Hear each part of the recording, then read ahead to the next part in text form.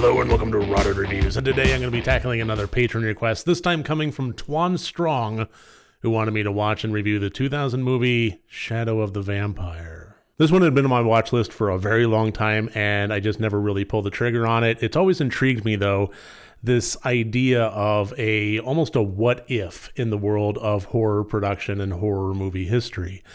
Before I get into this review too deeply, I do want to just point out that if you've been watching my channel, if you've been enjoying my content, and you want to continue supporting me, there's a lot of really great ways to do that. First of all, click the like and subscribe button if you haven't already. But if you want to actually financially support me on keep these videos going, super thanks is a good way to do that. Button's right down below. Just got approved a month or two ago, so yeah, pretty excited about that.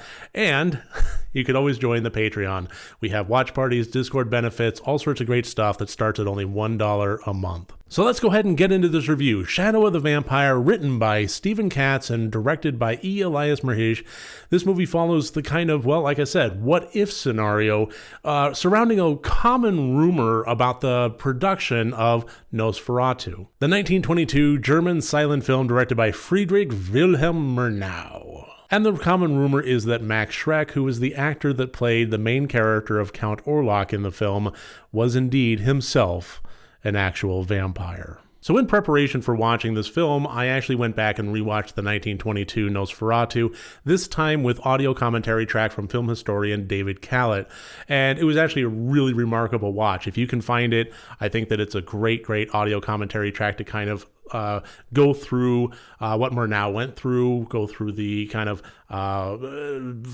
rumors versus realities and so forth of the actual production. And I think that actually led me to have some good groundwork for watching Shadow of the Vampire through a slightly different lens. So yes, in this we have John Malkovich playing the director of Murnau and Willem Dafoe as the most awesome performance of Max Schreck. And watching these two film legends go toe-to-toe with one another, not just in a screen presence fashion, but also in a character adversarial level of conflict that are also trying to, at the same time, achieve similar goals in getting this movie made and the best product out there, albeit kind of from different angles. Also some great secondary character performances from Udo Kier, Cary Elwes, and Eddie Izzard. Overall, I really enjoyed this movie. I thought it was a fantastic little bit of flight of fiction based in reality that took a lot of liberties, but was still a lot of fun and had some great moments of a somewhat accurate representation of behind-the-scenes filmmaking of the silent film era, complete with, hand cranking the camera, working the iris, things like that. A lot of fun overall. And as much as I love John Malkovich's portrayal of Murnau, which was an exaggerated, older, and oftentimes losing the accent portrayal of the character, I have to give the most amount of props to Willem Dafoe playing Max Schreck, who actually was nominated for an Academy Award for his performance here. I was actually kind of surprised by how accessible and linear this movie was, only kind of because the only real exposure I've had to 𝗘𝗾𝗵𝗺's films in the past has been the movie Begotten, and that was the furthest thing in the world from a straightforward A to B, plot narrative. So I didn't really know what to expect with this one, but it was still very visually fascinating and some great characters overall. But here's the thing that kind of surprised me about this movie is just kind of pulling back and talking about my love of horror and subgenres and so forth. If you know me, you know that I'm not the biggest fan of vampires. There's that certain level of romanticism and so forth that just never really resonated with me, or at the very least, maybe I'm just a little bit, it's just a little bit oversaturated.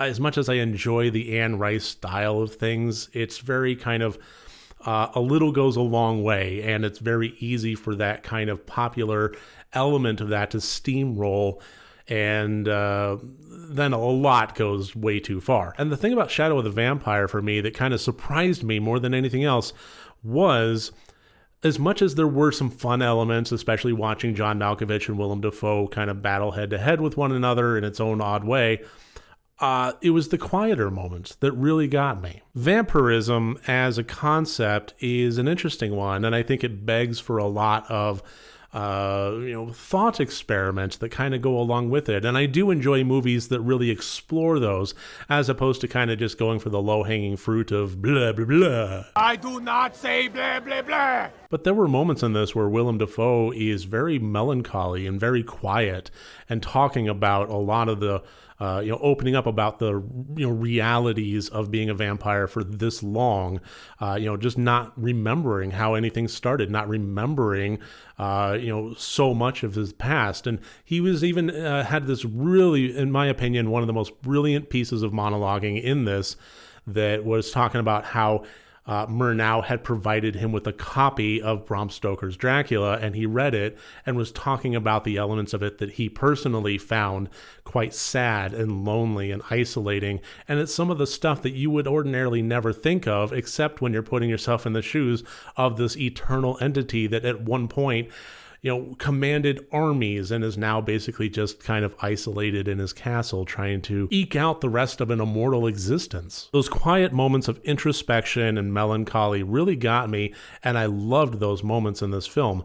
There were also some absolute bangers of some great lines. At one point, one of my favorites of this entire movie, it was just so simple, but it worked so well, when John Malkovich at one point is threatening Max Schreck and saying, "Don't think I can't harm you. Tell me how you would harm me. And even I don't know how I could harm myself."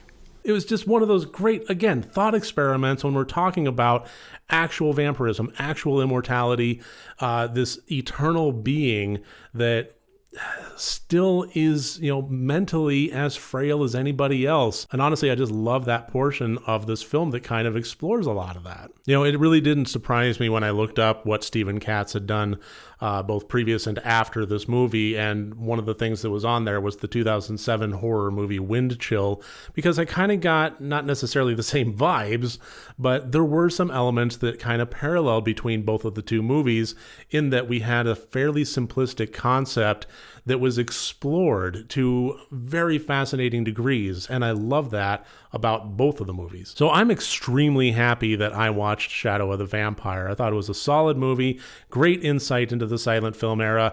Fairly, it took a lot of creative liberties as far as Murnau, his works, his relationship with Bram Stoker's Dracula, and adapting it sort of into Nosferatu and Count Orlok and so forth. The history, I'm glad I watched that, Nosferatu with the actual film historian commentary. Like I said, I recommend it because it did provide me with knowing what about Shadow of the Vampire was fictitious and just embellishment versus what actually happened on the set. I mean, besides nobody actually being attacked by a vampire on the 1922 set.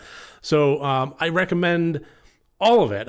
I recommend the entire experience, everything that I just went through. I recommend the 1922 Nosferatu with the audio commentary from David 𝗘𝗏𝗺, and I recommend the 2000 Shadow of the Vampire. I thought they were both fantastic watches, and I'm extremely happy that Tuan brought them to my attention, or brought Shadow of the Vampire to my attention, and got it off my watch list and onto my have now watched list. Yeah, well, I'm sticking with it. So thank you very much for joining me here today. I look forward to seeing you possibly tomorrow. I'm doing a live stream of everything that I watched in June, kind of wrap up thing at 6 p.m. Eastern Standard Time. I do hope to see you there, but if not, if you miss it, you don't want to catch it afterward, not your cup of tea, that's cool. Either way, have a great weekend. I'll talk to you soon. Remember, next time you want to watch a horror movie, first make sure that it's good and rotted.